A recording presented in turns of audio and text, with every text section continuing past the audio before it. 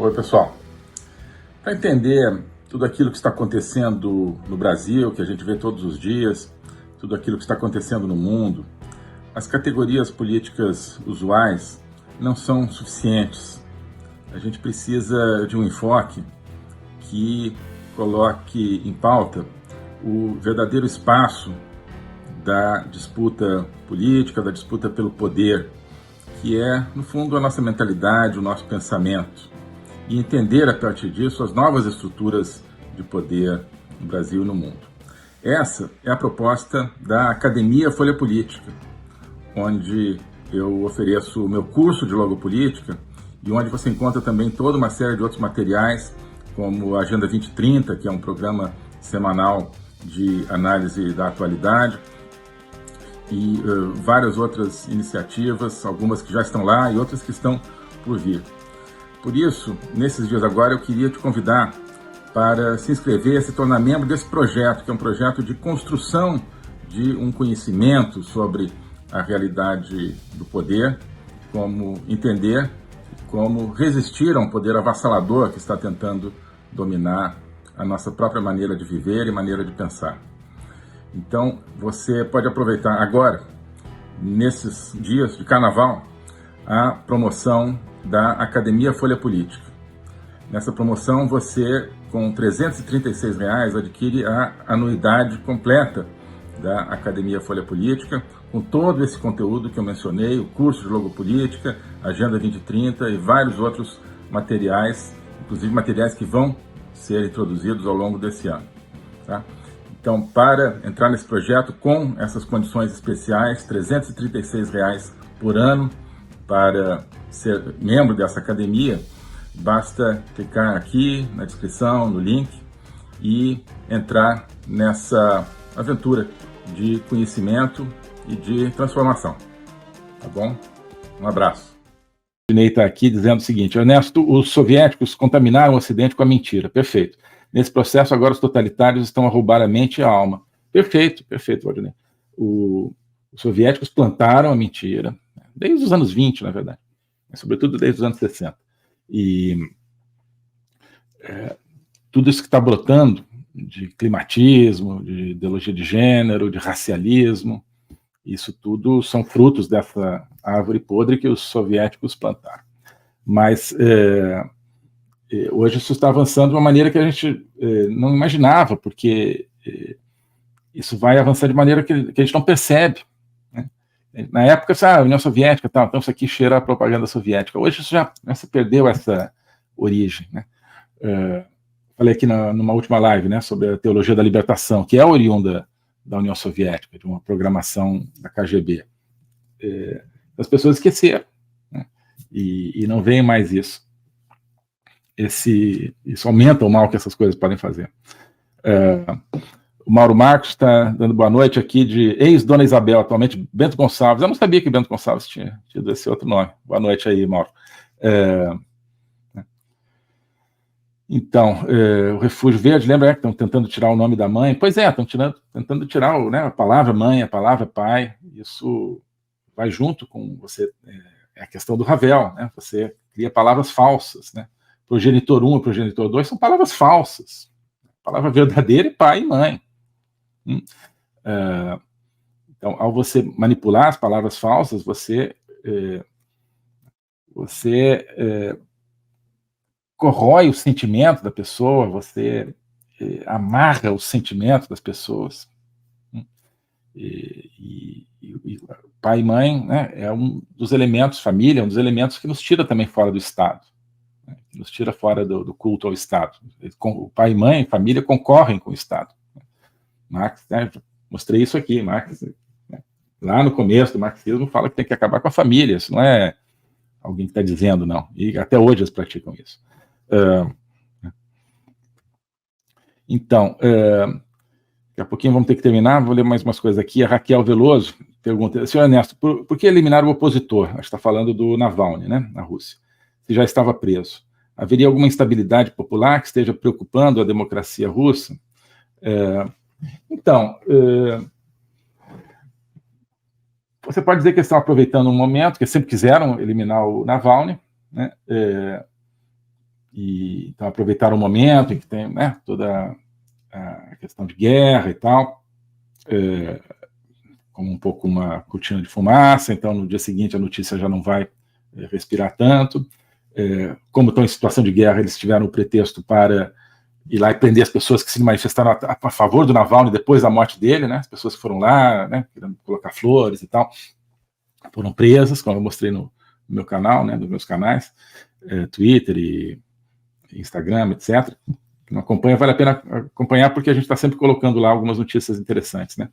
Mas, enfim, então, talvez tenham escolhido esperar esse momento para eliminar o Navalny. Tem um outro aspecto interessante, né, que a gente tem que fazer as ligações.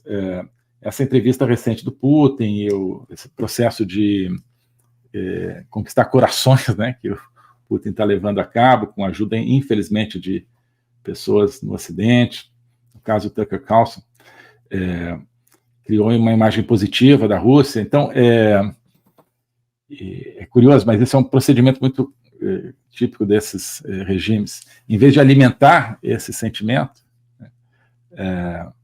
eles querem, digamos, cavalgar esse sentimento. É que eu posso usar essa ideia. Como é que é isso? Mas, olha, mostrar eu que mando, né? Então, é uma técnica psicológica, eu acho. Tá, criei uma impressão positiva em você. Né? Então, agora eu vou fazer uma coisa negativa para você... não para você deixar de ter a impressão positiva a meu respeito, mas para você, digamos, contaminar essa sua impressão positiva. Eu acho que ele achou que esse era o momento. Você desvirtua essa impressão positiva. Não sei se me explico bem, mas eu acho que tem um efeito psicológico de dominação. Tá? Porque se alguém fala uma coisa, achei que esse cara era ruim, mas agora estou achando que esse cara é bom, boa praça e tal. E aí no dia seguinte a pessoa faz uma coisa boa, fala, pô, eu tinha razão e tal. Você cria um ambiente assim sereno, né, e de confirmação. Se você passou a acreditar no dia seguinte que essa pessoa mata o outro, você fica, de certa forma, preso a esse assassinato que ele cometeu. Tá? Você fala, pô, eu acabei de ter uma impressão positiva dele, ele matou. Vai ter algumas pessoas em quem o efeito vai ser, puxa, eu vou desfazer essa impressão positiva, mas não vão ser a maioria. A maioria vai se deixar contaminar. Né? Então, ela passou a ter uma impressão positiva do Putin, apesar de tudo que ele fez. E ele quer que essa impressão seja, que esse tudo que ele fez não seja esquecido. Que seja parte dessa impressão. Que a pessoa saiba daquilo que ele fez e ainda assim, né, se curve a ele. Acho que isso era o Stalin fazer. Né? Isso é o que o Grande Irmão faz no 1984, do George Orwell. Né? Ele quer que as pessoas prestem veneração àquele tirano, não apesar das coisas que o tirano faz, mas sabendo das coisas que o tirano faz. Portanto, se violentando a si mesmas no seu sentimento moral. Tá? Não sei se estou elaborando demais, mas eu veria de uma maneira assim. Eu acho que tem uma estratégia muito perversa de dominação psicológica aí nessa conjunção. Né? Criar uma imagem positiva e, uma semana depois, mandar matar o Navalny. Tá certo?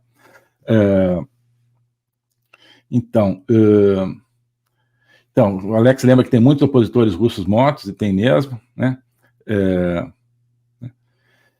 Então, quem simpatiza com o Putin, né, sabe de tudo isso, né, mas meio que tem um prazerzinho pérfido, né?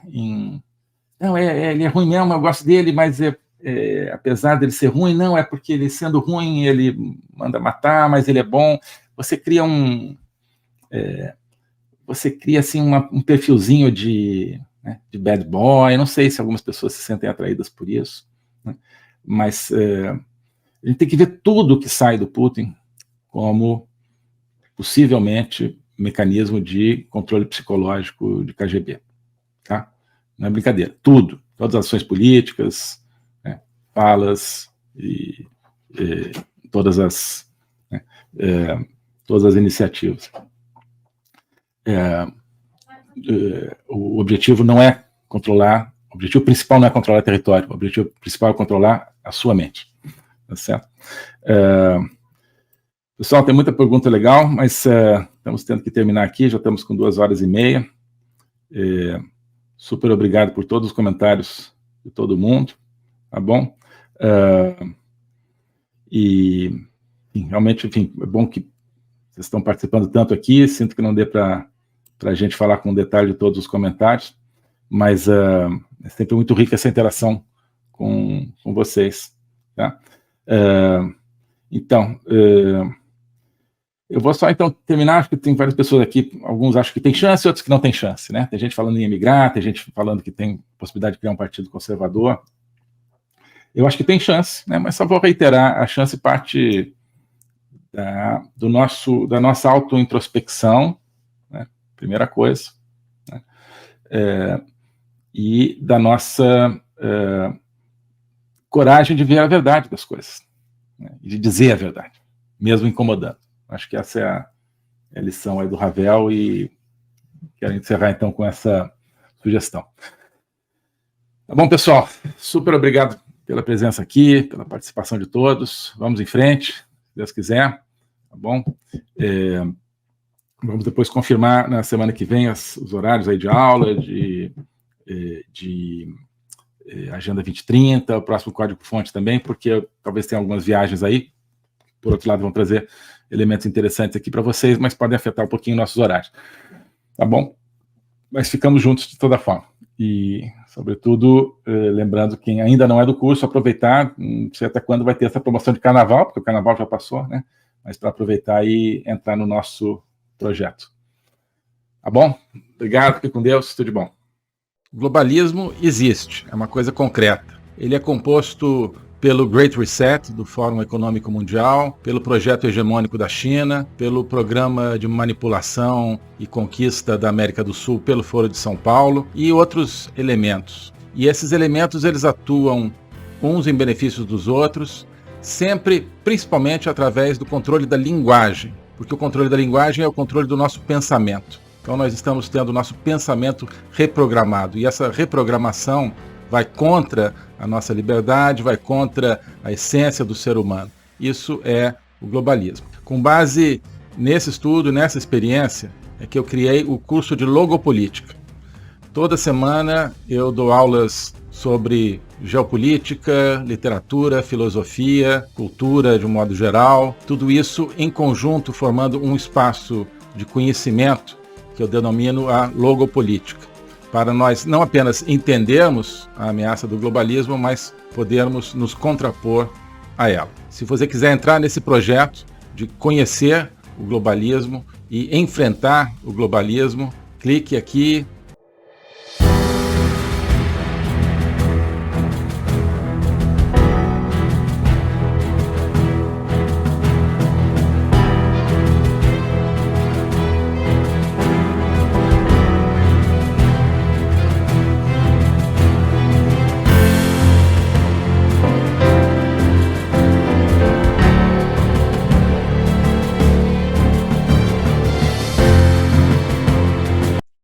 Alô a todos. Hoje eu gostaria de falar sobre o meu novo curso de Logopolítica, onde eu vou colocar a versão completa daquilo que eu tenho a ensinar sobre o globalismo. O globalismo nas suas múltiplas dimensões, geopolítica, econômica, social, cultural, filosófica, dimensões que só podem ser entendidas em conjunto, e que só podem ser entendidas em conjunto a partir de uma perspectiva logopolítica, ou seja, uma perspectiva do logos. Logos é a essência do ser humano.